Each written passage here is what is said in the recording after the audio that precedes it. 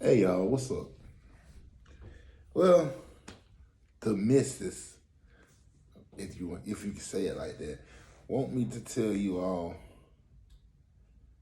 how I feel and what I feel about being diagnosed with multiple sclerosis. Way back then, 2012. Well, to be honest with y'all, you can say I got diagnosed in 2012, but I'll say about 2010, I was feeling symptoms.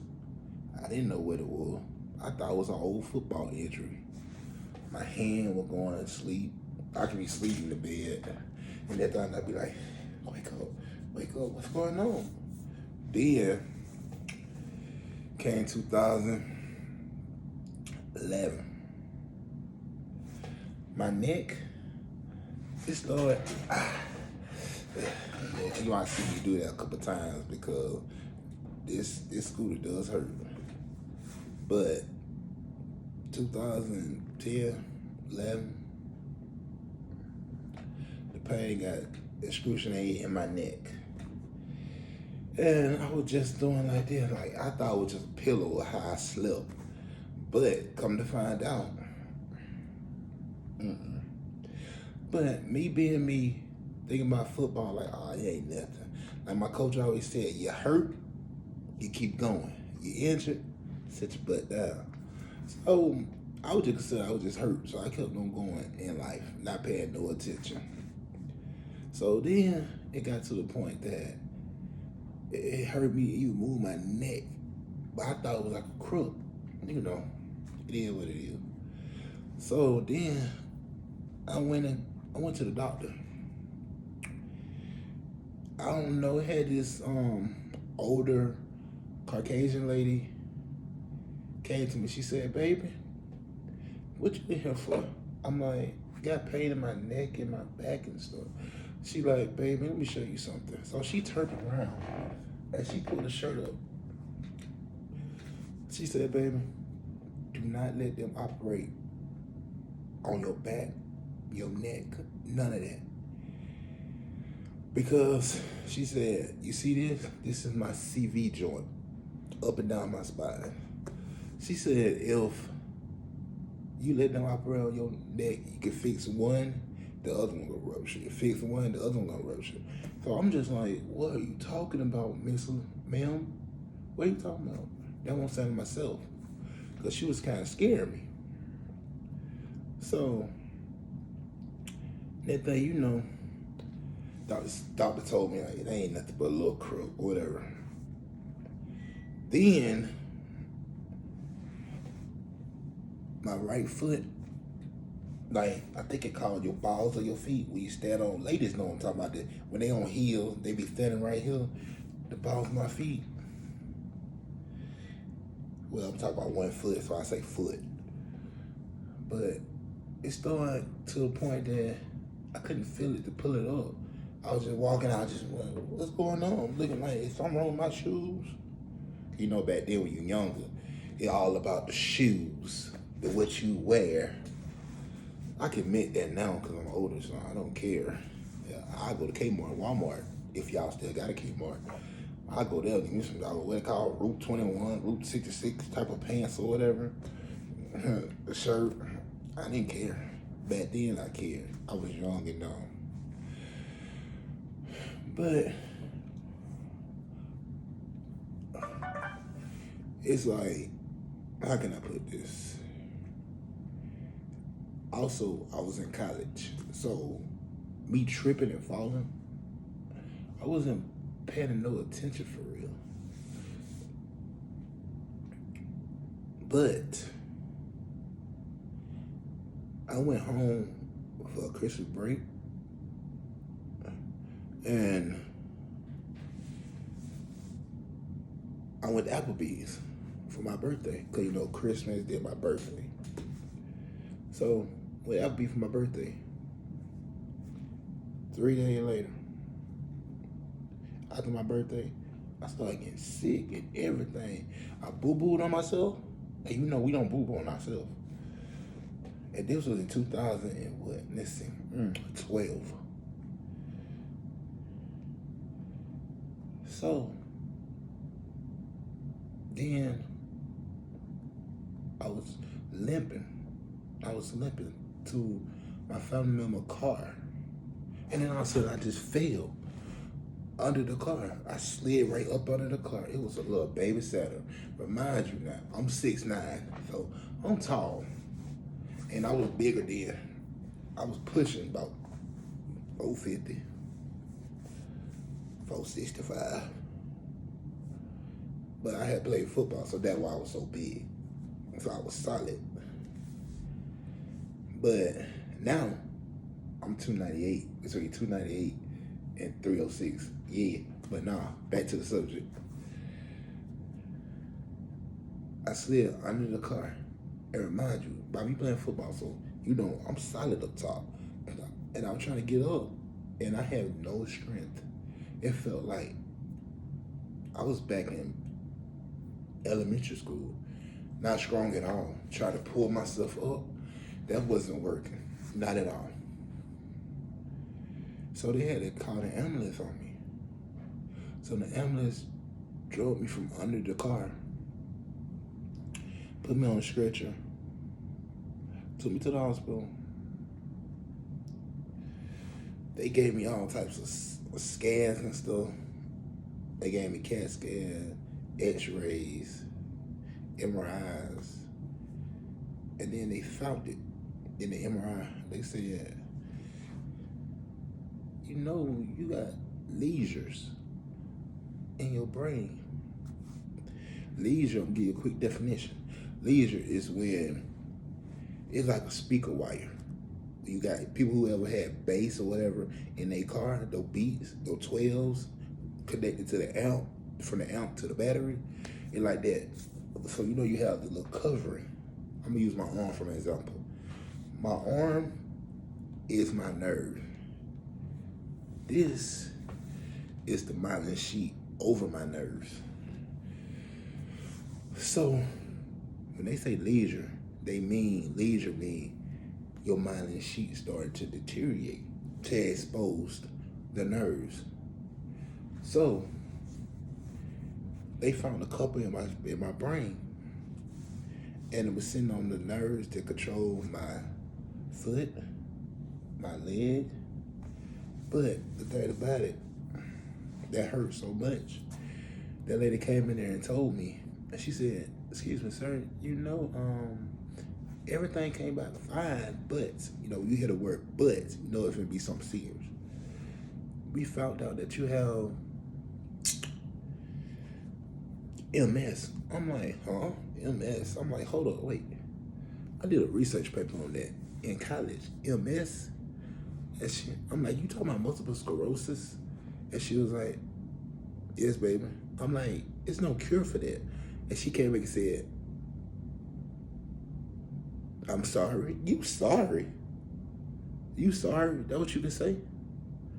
Man, when I tell you I cried like a baby, and I don't care. I will tell anybody. Anybody who know me knows who I am. For me to cry, it must be somebody that dying, somebody dead, or I'm in pain, excruciating pain, or I'm devastated, and I was devastated.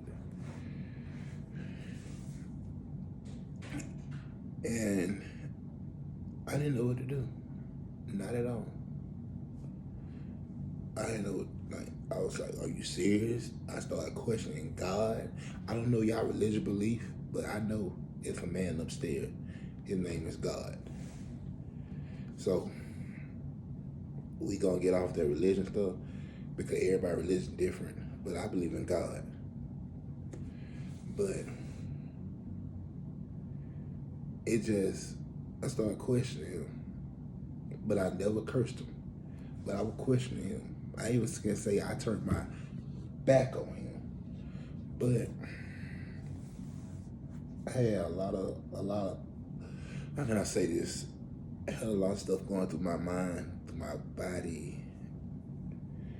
I started getting put on this pill, that infusion, this infusion, take this pill, take that pill. Mind you, I'm from the country. I'm country born and raised, fed. I get sick once a year.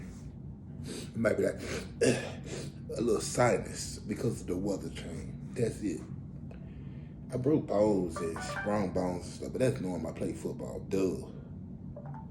But being on pills like this, I'm going to the hospital so much to the point that they started doing me by heart. They be like, "How you doing, Mr. David?"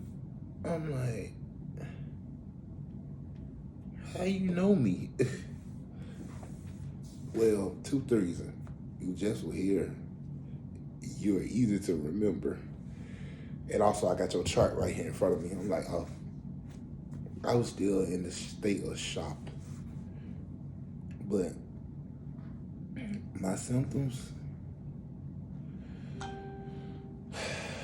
it's gonna get to me because it's still hard for me to believe it. But my symptom, right side drop foot, tingling in both of my hands, tingling in my spine, tingling in my neck, blur vision in the eye every now and then. But MS is not curable, but it can progress if you don't eat right, drink right stuff, don't stress.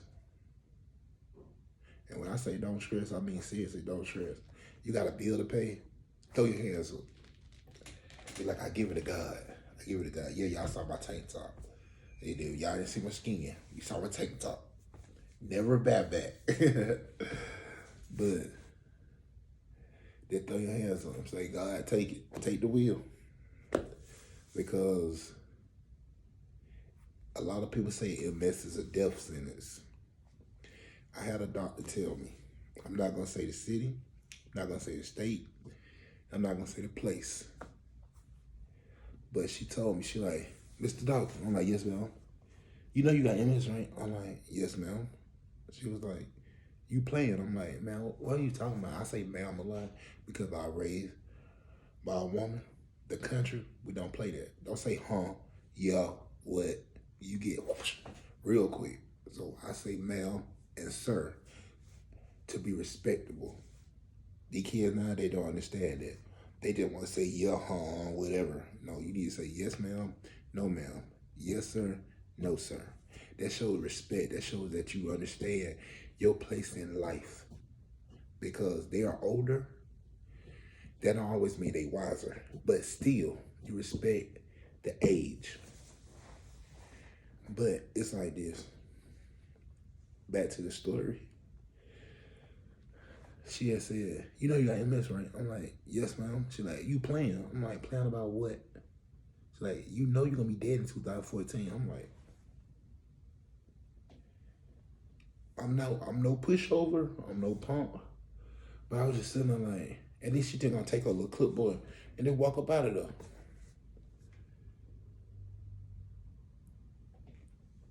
To steal this from somebody my wife watch on YouTube, family. Somebody tell you, especially when they a doctor, tell you you're going to be dead at a certain point in time, you get discouraged. I started crying. But I can tell you this, though. It's 2021, I'm still here. So, do I have pain? Yes. It hurts. It hurt. You know it. It hurts. It hurt to the point that I just be like, God, why is I'm still here? I was never a bad person. I always looked out for people.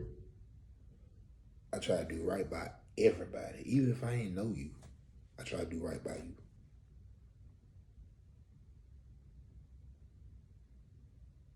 Why is I'm still here? Like, why you had me to finish school, get a scholarship, go to college, that was taken away.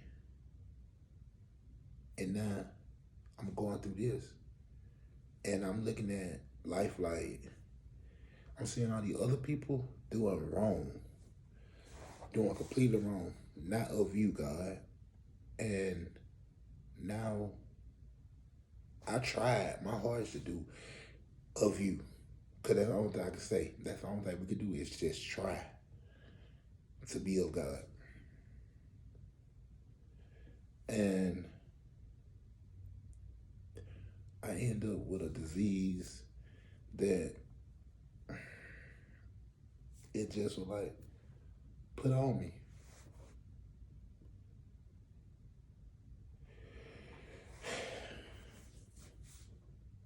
I'm not gonna cry because hell, excuse the language, but hell, I don't cry enough for me, you, and all your kids since 2000. I say 11, 12.